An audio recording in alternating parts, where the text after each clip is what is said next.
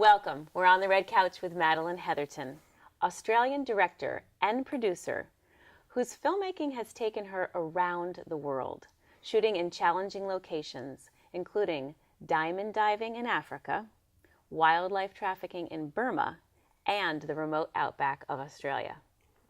Madeleine has extensive experience in television, documentary, and factual program shooting, and producing for major Australian production, including over 60 episodes of the top-rating Bondi Rescue, The Nest, and most recently, the popular Outback Truckers. Madeleine has earned numerous honors and been nominated for a number of awards, including Art Directors Guild for Best Directing and Best Contemporary Documentary by the Association of International Broadcasters. Along with Rebecca Berry in 2012, Madeleine founded Media Stockade.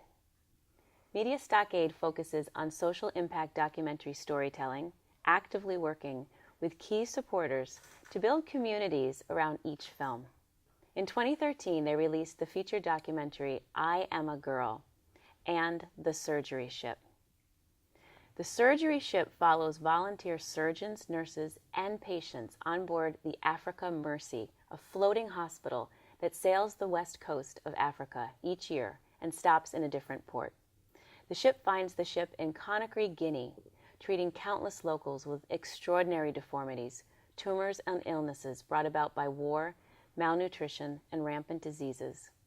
The staff of the Africa Mercy must make life and death decisions as they struggle to work through the seemingly insurmountable surgical load. Madeleine, I am thrilled to have you on the red couch. Well, it's lovely to be here. So how did you first hear about the Mercy ships, and what compelled you to create a film about them? So I first heard about the ship about 5 or 6 years ago when I was in hospital myself with my baby son. My son was born prematurely and we spent a long time in hospital trying to get him better. And in that time, we actually became quite close to a number of doctors and nurses who were there. And one of them was a volunteer on the ship. And somehow or other, I heard the story about her volunteering and I thought, that's interesting, actually. There's something about that really is intriguing, and I kind of tucked it away in the back of my head. And some years down the track, when we got out of hospital and things had settled down again, I thought, no, actually, I think that's the story I'd like to tell now. Wow. It's such a moving story. It's so kind of amazing to see all of those surgeries.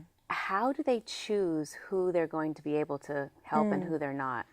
Yeah, so the way the ship works is unique, both in the fact that it comes and goes and that it offers world-class first world surgery in these very remote areas. And selecting the patients is part of the whole process of it kind of doing good work. So they can only treat surgical problems, so they can't deal with things that are non-surgical. So if you have epilepsy or diabetes or malignant cancers that require radiotherapy or chemotherapy, they can't address those problems. So straight away there's a whole segment of a population that they can't deal with, and that's very hard to turn those people away when they have such serious illnesses. And then every country they go to, they put the word out through the street on local radio and the newspapers, through any avenue they have, and they say, come on this day. For one day, we'll see everyone that turns up. If you turn up, we'll see you by a doctor. And then they basically look at them and make an assessment and say, yes, we can help, or no, we can't. And it's based on some of those criteria just said, but also do they have the specialists to treat those kinds of conditions? How far advanced are they?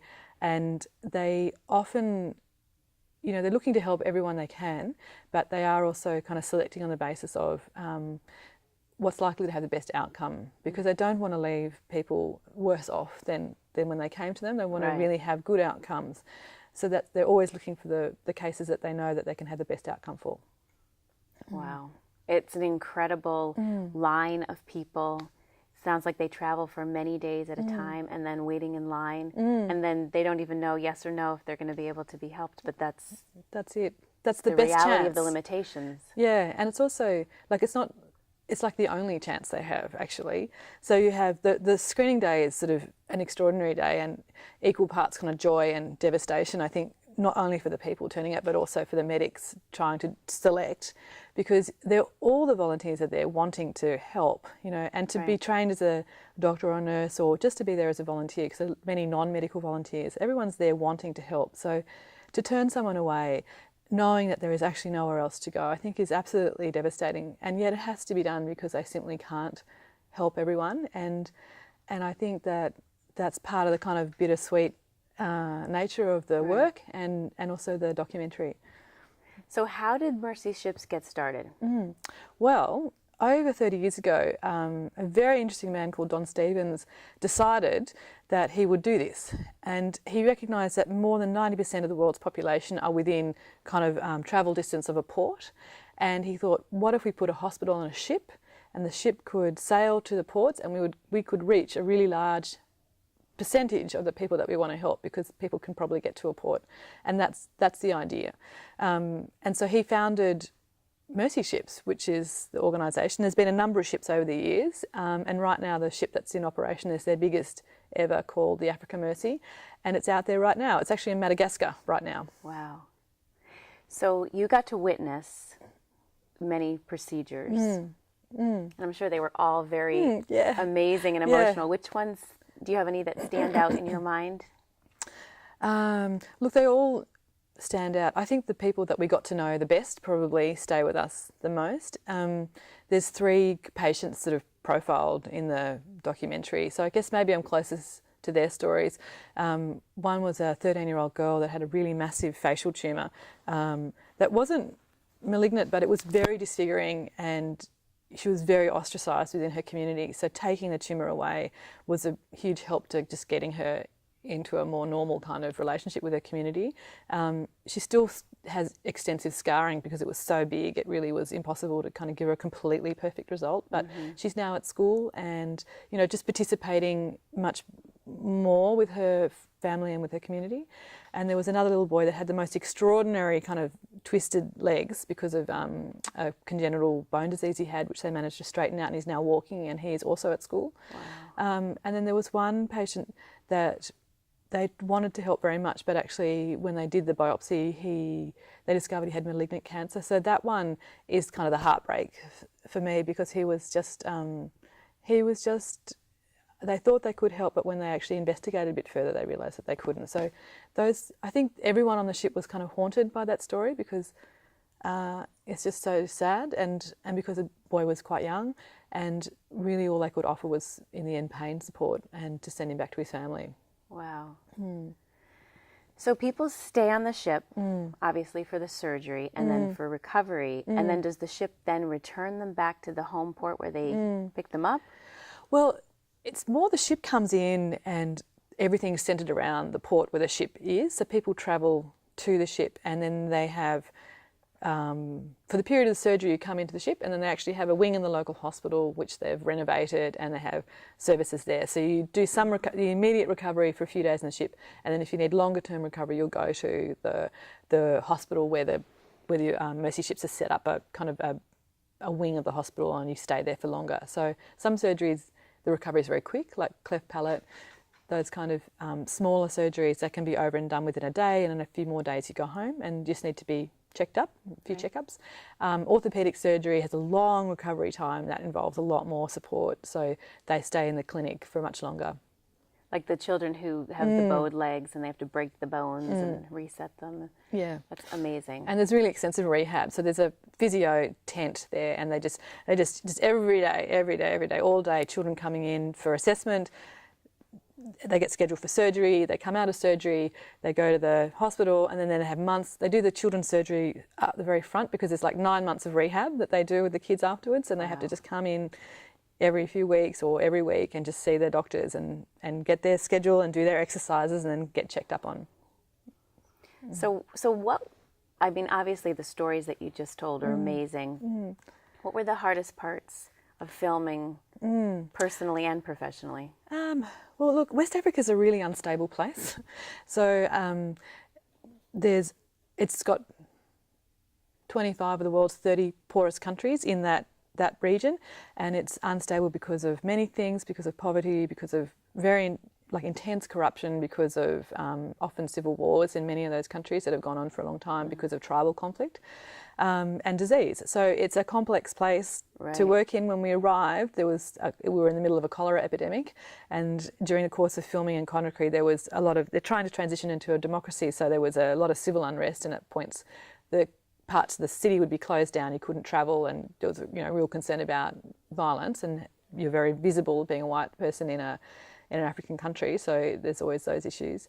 But they actually didn't, like, we didn't get sick and we didn't get, like mixed up in the violence. I think the hardest part was actually just the personal part of actually watching people come in to have these surgeries. And the happy stories are wonderful to watch, and they really give you a lot.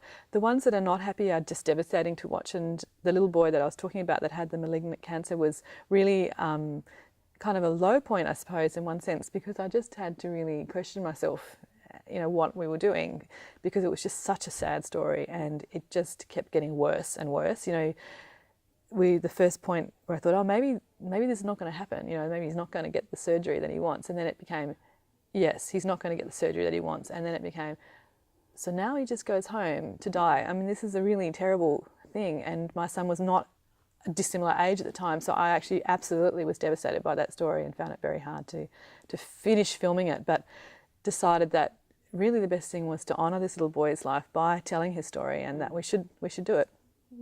Wow. So what is, if you could have any outcome, if you could wave a magic wand and have any outcome for the film and for its impact on the world and the viewers, what would it be? Yeah. Look, I think if you make films, you believe that storytelling has the power to change people's consciousness and raise awareness, and that can have a direct impact into actions that will help the world. So I guess, like, I've made the film, and all the people that helped me make this film, we've made it thinking with the plan that we would show it. So we'd love people to see it. So we'd love to get it out as broadly as possible, and looking for ways to do that and partners to do that with. But I guess beyond that, the whole point is actually to have action in the world, progressive change, social impact, things that will make a difference to people's lives and make a difference in the long term. So we're really looking for, we're idealists. We want long-term progressive social change. We want people to live better lives, to have healthy lives, have access to the basic things that we need. And Africa's a good place to start. Absolutely. What can you do anything? You can volunteer in any way on the ship. Yeah, so if you're interested, Mercy Ships has chapters all over the world, and it's got a strong base in the USA. So you can look up Mercy Ships and you can volunteer. You don't have to be a medical volunteer. Everybody is on board. There's doctors and nurses, but there's chefs and hairdressers, and there's a school and cleaners. There's everything you need to be on ship. So you can definitely volunteer. Not everybody can go to West Africa and live on a ship. Right. So there's plenty of things to do at home as well. We're encouraging people to show the film, to get their communities together and have a screening of the film, because I think that's the way you can be at home but still do something to help. Right. But I think volunteering in any shape or form has value. So it doesn't just have to be for this charity. I just think the film really speaks to the value of volunteers in our communities and this incredible work they do. And when you get a lot of them together, look what you can do. It's incredible. It's so inspiring. So how did you first get started, not just with this film, but in filmmaking in general? I think you have a degree in architecture. Yeah, I know. It's been a long journey, hasn't it? Yeah. Well, I thought I wanted to do something with art and science, and architecture seemed a good mix, but I realised I did the degree and I did work as an architect, but I decided, I kind of knew, I think, that I wasn't really kind of completely happy there, and I had some friends that were studying filmmaking, and I was doing all this sort of stuff on the side with them, and I eventually just sort of made the leap and went, actually, I think I'm much more interested in that. I might go and see if I can do that. So I did what everybody does when they're starting out. You do a lot of volunteer work and you work on things for free, and eventually you start getting professional work and you build that up, and eventually you make your own things, and finally you get broadcasters that will let you go and make your own things and help you make them. That's awesome. So this is kind of a funny question, but do you feel like you are doing your calling? Is this your calling? Yeah, I think I feel very settled. I feel like, yes, nothing's perfect and everything is hard work, and it's an uncertain kind of life, being an independent filmmaker. But it's very satisfying, and you get to explore the world in an amazing way, and hopefully you give something back, and the stories you tell have resonance and meaning for other people, and that will kind of also bring people along with you with what you're trying to tell. So yeah, I do. I feel really comfortable with what I'm doing. So I mentioned in the intro a lot of other incredible places that you've been and things that you've done. What have been some of the most exciting places that you've been and work that you've done? You get, documentary is a great way to see the world. You do get to go to some really unusual and interesting places. Well, in the intro you mentioned wildlife in Burma, and that was certainly probably the most terrified I've ever been in my life. We had a little bit of research money to go and investigate the illegal wildlife trade in Asia, and I was with a couple of people who lived in Thailand, and a journalist and a wildlife activist, and we were building a story around illegal poaching. So we went to the heart of it, which is parts of Burma, and we ended up in this tiny regional town up on the kind of Chinese-Burmese border, which is kind of not even Burma, it's under the control of this sort of ex-Chinese warlord, and it was sort of the strangest place I've ever been in my life. It was, Burma has very little in it, and even as a Westerner it's hard to find food. We got to this place and it wasn't China, but it was sort of this crazy mix where everything kind of worked, but it's under martial law as well, and it's like a free tax haven too. There's no taxes in this town. There's one tax: your firstborn son goes to the army, and that's how it works. Wow. And there's no petty crime there because you just get shot. And so we were extremely nervous being there because we were journalists kind of investigating something that with really no one to call if anything went wrong. So that was interesting, and we did find a lot of things going on, and we did film. We came back, and that was sort of interesting, and I came back and walked through the border and picked up that you give your passport to the Burmese military when you go into Burma. I took it back, and I've never felt more relieved in my entire life when I walked back over the border after that particular shoot. Wow. So yeah, it's an interesting life. I'll say that's amazing. And what about the Outback? Yeah, well, that's a joy though. That's really fun. I think Australia's kind of wild in its own way, and a job I did for a TV series called Outback Truckers was basically to follow a series of stories about guys in the bush that are kind of driving these immense distances to just truck stuff around. And one of them, which I really enjoyed, was up on a cattle station in the northern west of Australia. It was really hot. It was sort of the build-up season, so you had storms and lightning, and it was very dramatic in terms of the environment, and they had to get a couple of thousand head of cattle out off this property and before the rains came, because once the rains come, everything's just mud. So it was dramatic. They had to do the herding, so they have helicopters. I was in a helicopter, and they're herding all these cattle, and then they're putting it on the truck, and then they're driving 3,000 kilometres all the way across Australia to get them to a different market on the east coast. So it's sort of a busy, interesting kind of experience, and something completely not like living in the city. So it was great actually to be there, to get out of kind of suburban Sydney where we have a nice coffee shop down the road and we have Woolies and everything's nice, and just sort of get out and get a bit dirty and hot in the Outback. That is really amazing. So what is next for you? Well, Rebecca and I, my business partner and filmmaking partner and friend of many years, we have a small production company in Australia, and we're in production on 2 films at the moment. So we're producing 2 which are in edit and will deliver around the middle of the year, and then one will go to broadcast in Australia, and both will go to kind of impact distribution. So we have some really strong partners who are connected to the particular social causes that they're describing or responding to, and they'll go out on that pathway. And we're currently distributing I'm a Girl through a kind of a theatrical on-demand model in the US, so that's around. And then we're hoping we'll do the same with a surgery ship, that we'll be able to kind of get it into theatres and communities over the next sort of 6 to 12 months.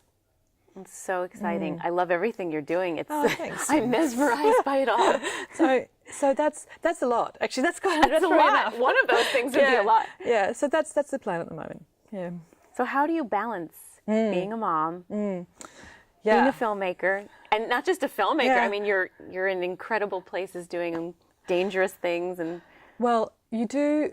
It's a great question, and I ask it all the time. And I don't think I have any kind of really solutions, except that, well, I have my husband and I try really hard to kind of take it in turns about who's busy, and since I had my son in the last 5 years, I've really only had one big directing gig, which is the surgery ship, because it's just too hard to do it all the time, and I'm really careful about going away. Basically, it's the main thing, but I think I have a lot of flexibility in the work that I do. So you kind of stuff your work into all kinds of odd hours, and whenever you have a moment, you kind of get on email and you kind of throw out a whole bunch of stuff, and then you like mornings and afternoons and evenings are kind of Zeke's, my son's time, and we just do that. And then, you just sort of segment your day up into kind of sections of when he's at preschool, I go really hard. And then when he comes back, we just have normal kid time, and that's the best thing, I think. And he's not going to be young for very long, so, he'll be at school soon and then it'll all change again. So it's really, I think someone said to me, you just do the best you can on the day that you're in, and just be content that you're working towards it. And he's happy, so I think that's my reference. That's great. So if you had one secret to living a happy and successful life, what would it be? That is such a hard question. I know. Not sorry. one secret. I don't have the secret to living a happy and successful life, but what works for me, I think, is I found it a long journey to find what I actually wanted to do with myself. It's worth persisting until you feel you've really found what you want to do with yourself, even if it takes a long time and you make a few kind of left turns along the way. I think keep working to it and don't give up finding what's going to be your unique, thing to do. And for me, it became documentary filmmaking, but for other people, it's all sorts of other things. And I think it's not too late to find that ever, and the journey's worth it. It's always going to be worth it. Well, I love that. And I love what you're doing. I love the surgery ship. I was so moved by it. Thank you. I had to reach out to you immediately. Thanks. So thank you for the work that you do in the world, and I wish you the best of luck in everything that you do. Thanks, and thanks for having me. It's lovely when people respond to what you do, so that means a lot to me too. Thank you for being here. Thanks. Thank you for joining us On the Red Couch.